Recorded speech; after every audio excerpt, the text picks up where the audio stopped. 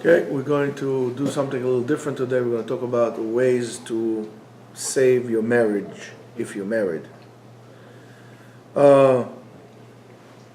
Many times, we have a wrong feeling about that concept of divorce and divorcing, and we approach marriage many times from the wrong perspective. We think that but I'm trying to be a little bit practical about it, and I'm not going to discuss the halachic aspects or kabbalistic aspects and so on and so forth. This is not the scope of that. I'm trying to be more practical about, and at least offer some suggestions for how to save marriage. And many times when you come to, let's say, Beit Din, that's at least from my experience, and before they come into divorce, there are a few approaches.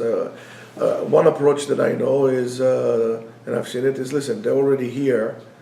Better off give them a get and let them go on with their lives, because then there is a problem of agunot and so on and so forth. There is a very strong point for that. Again, I don't want to discuss the halachic aspects of that. And then the other aspect is, okay, let's try to see if we can bridge things. And many times when you try to bridge things, you actually see that when they're coming to get divorced and they start talking about things, you actually find solutions to the problems that they came here to begin with.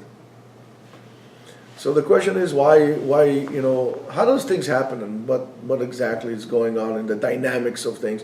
Because we're talking about the relationship here, and they said that anywhere between 40 to 50% of the people who get married end up in divorce.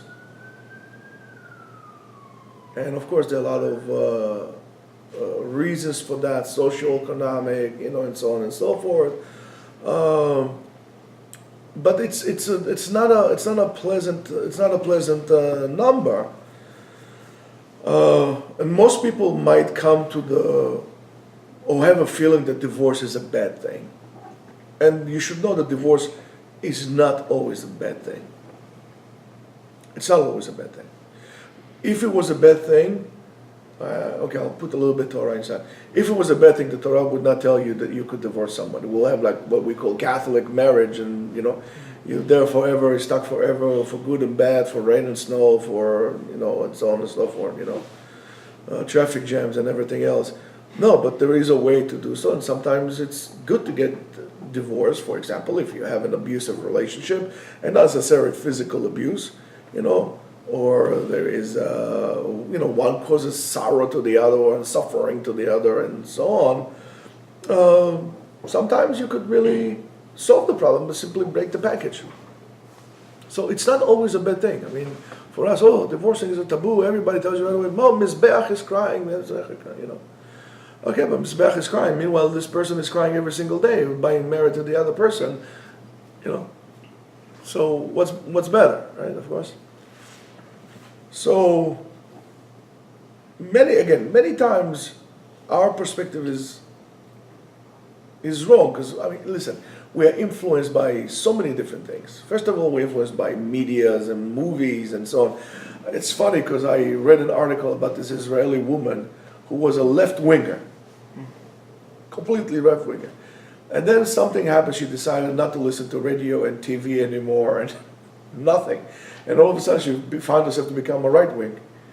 And she said, she started to think, she started to see things different. So it was the illusion that the media gives to people. And the same thing here happens and so on. Many times it's our fear to be alone. And so on and so forth. But, that's what we don't want to divorce, so we think divorce is bad. But for most people who claim to be romantic, and again, you might not agree with what I'm saying to me, and that's fine. After all, don't forget, I know more than you, but, still, and again, I'm not talking about Torah here. Being married is basically a business decision, it's an economic decision, to all purposes. Yes, it's true, and we'll admit that the deal is based on at least a desire for love, for friendship, for trust, for will to make a family with the other person and so on and so forth. But both logic and experience shows that as years go by, many of the things that we thought are going to stay here forever simply disappear. They're not there anymore, and we fall into routine, and even aspects of love becomes a routine. It's your birthday, here's our flowers, it's your anniversary, here's this, it's your, I'll give you tie, it becomes a routine. So we are left with something that is very, very different than what we had originally. So therefore, when life becomes more of a routine, and especially when there are kids involved, so your expectations and dreams usually collide with reality, and sometimes are being sacrificed on the altar of economical reality. You just can't do that. Argument's sake. I thought it was going to be short. It seemed like it's going to be talking too much. But let's say, for example, your dream was to go with your wife on a trip cross country to travel the world. Terrific. But now you have kids, you have a mortgage, you can't do that. Okay, what are we going to do? So retirement, right? Everything gets pushed away in retirement. Retirement is like the closet of all the of all things that you always wanted, and you just shove them somewhere, and like the attic of anything is, and you have to stick to reality. And of course, the question will be, why would I get myself into those situations to begin with?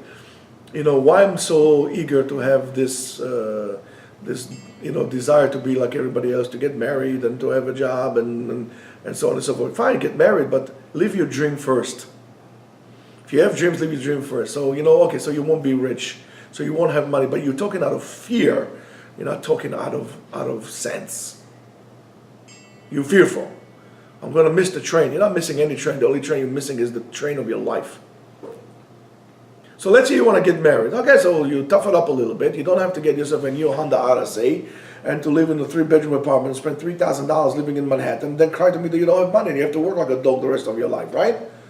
So therefore, you have no time for your wife, and there's burden, and then everything divorced, right? So let's say you get married, good. We're going to live in a basement somewhere, and we're going to go travel. We're going to have some fun. We're going to, if you get married, if you decide to get married. But you haven't even, the problem is with most people, they don't even dare to dream about their dreams. Needless to actually execute them. You make decisions out of fear, not of strength.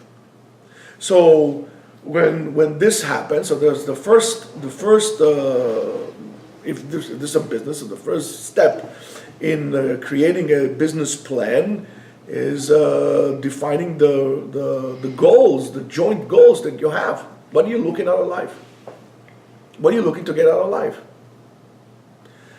And which is this is the stage when you need to dare, to dream, to have a big imagination, to think big, like as any business that you do. Look at this way. Most people don't dare to dream big before they get married. They're afraid. So therefore, you're going to marry a person, most likely, since you never dared by yourself to do so, you're never going to marry a person who is going to fit you. And then once you realize you're stuck, and then you start to do all kind of funky things. As I said to you, you're making decisions out of fear. For example, talk about how do you see your joint future together? How do you want to look, let's say 20 years from now, 40 years from now, 30 years from now, 10 years from now, 5 years from now, and so on and so forth. Nobody ever talks about it. Just go on like putting one foot after the other, not realizing they're basically going over the cliff. There's no plan. You're not dreaming. And if you don't dream, you're not alive. Now, for example, how do you see your joint place? Where are you going to live? How do you want your apartment? Do you want your apartment? You want everybody right? I mean, it's so pathetic for me. I think we're going to do part 1 and part 2 in those things. It's so pathetic to me. People get married, right? And right away they want the, marble countertops. They want this. They want that. And therefore, there's nowhere to get. They want the super, hardwood cabinets and I say no. I think couple should really live in a basement apartment or in a studio apartment for the first year of their life. So anywhere they look, they see they see the couple. But nobody has it because you're living a fantasy, you're not living reality. So because you want such a big apartment, you need 2 bedrooms. What do you need 2 bedrooms? You just got married. Oh, people will come. Nobody's coming. No, you want anybody to come. And if you want to host people, you can host them in the studio apartment. Everybody goes home. So you put yourself into a place, and guess what happens? You start working like a dog because you have to pay the bills. Let's say you have to pay $3,000 on your apartment. So this money has to come from somewhere, so you don't have time. You don't have time to learn, for sure. You're not learning. Since you don't have time to learn, you become an Amaretz, so you treat your wife like a dog. Since you don't have time to learn, you'll have to work more. You don't have time for your wife. Now that's the end of the story before you even started. Then you're running. That's why I said to you all the time, you need to enrich yourself. You have to go out, to expose, to open your mind up so you can have a bigger picture of life. Is whatever you're going to invest in yourself now, that's how wider your angle of life will be. But you don't do that. You're looking at life through an electronic microscope. Meanwhile, you've missed up all the heavenly glory. Right? How's it go, Sam? Don't look at the finger. Don't concentrate on the finger or you'll miss out on all the heavenly glory. That's it. Who said that? Baruch Leibowitz. Yeah, aka Bruce Lee. And that's exactly what it is. So let's say, for example, how many kids would you like to have? Of course, it's not up to you, it's up to HaKadosh Baruch Hu, but how many kids you would like to have? I knew, for example, that I did not want 2 kids, because it's only me and my sister. My parents had a hard time having kids, it was only me and my sister. And I said, no, it's terrible to have 2 kids. I didn't want 2 kids. It's very selfish to have 2 kids. And I knew that I don't want 3 kids, because it's always going to be 2 against 1. That's the nature of it, right? So I said, I knew that I want at least 4 kids. 5 is better. Baruch Hashem, I got 7. One of my kids told me a few Shabbatot ago, he says, Abba, I just want to tell you something. I can't thank you enough for having such a large family, because I realized that all we have is just our family. We love each other so much. It's just amazing, Baruch Hashem. So, you need to talk about how many kids you want to have. If you, for example, dating, instead of divorce, we're going to make it, we call this how to date appropriately and don't get divorced, something of that sort. How many kids do you want? What kind of education do you want to give? How do you want to spend your vacations? How do you look at your vacations? For example, if you're a kind of person who says, oh, I would love to go on a Harley and just like rough it up from one side of the country to the other. And your wife will say, oh no, I would like to go 5-star hotel with a spa and to have a facial and a peel and this and this, or the other way around. Maybe she wants the Harley, you want the spa, Those things are going to create problems. And all these things become a problem. Don't think that you're going to be able to just like ignore them. They will become a problem. All the things that you are ignoring are going to become bumps in your relationship. It's going to become a problem. It is going to become an obstacle. So you better deal with it and put it on the table right away. So the more your targets are going to be clear and more focused and more, you know exactly what you want, okay, always leave room for wiggle. However, it will be easier for you to build an appropriate plan that will help you reach your goal. As Confucius, I don't know actually if he said that. However, if he says if there's no destination, there's no way.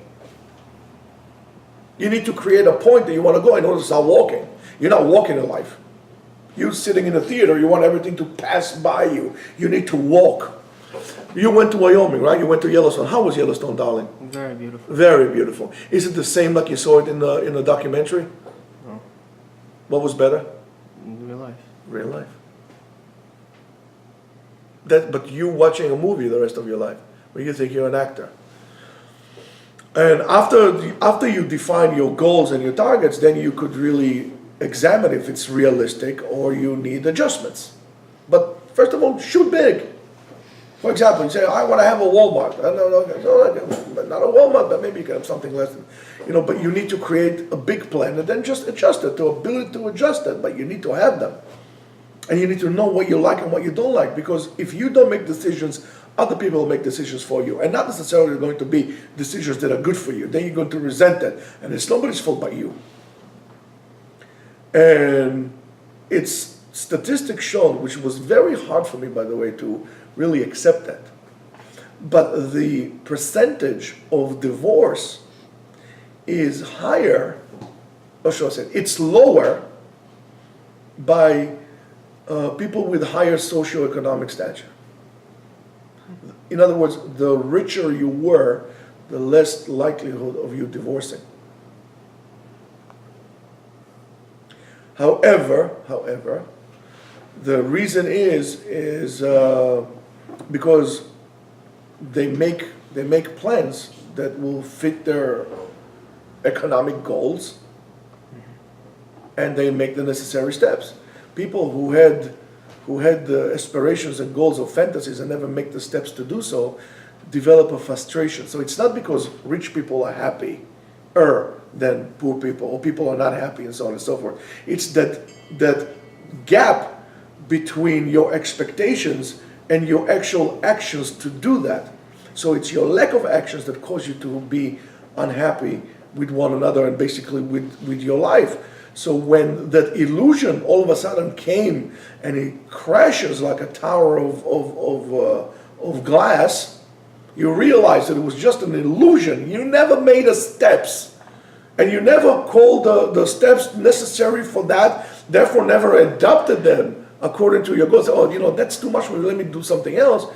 What causes the divorce is that realization that it was an illusion and nothing ever happened, and then of course you get divorced.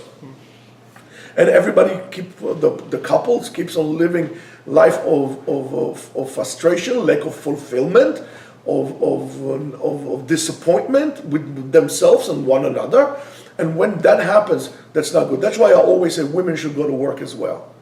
So they should feel fulfilled, that they should feel that they are contributing to the family effort, that it's not one side, because if one side puts all the burden, all the effort in, and it doesn't make a difference. The husband can make $200,000 and the wife can make $20,000. So the other way around, it doesn't make a difference. As long as you are contributing to something, that is very important.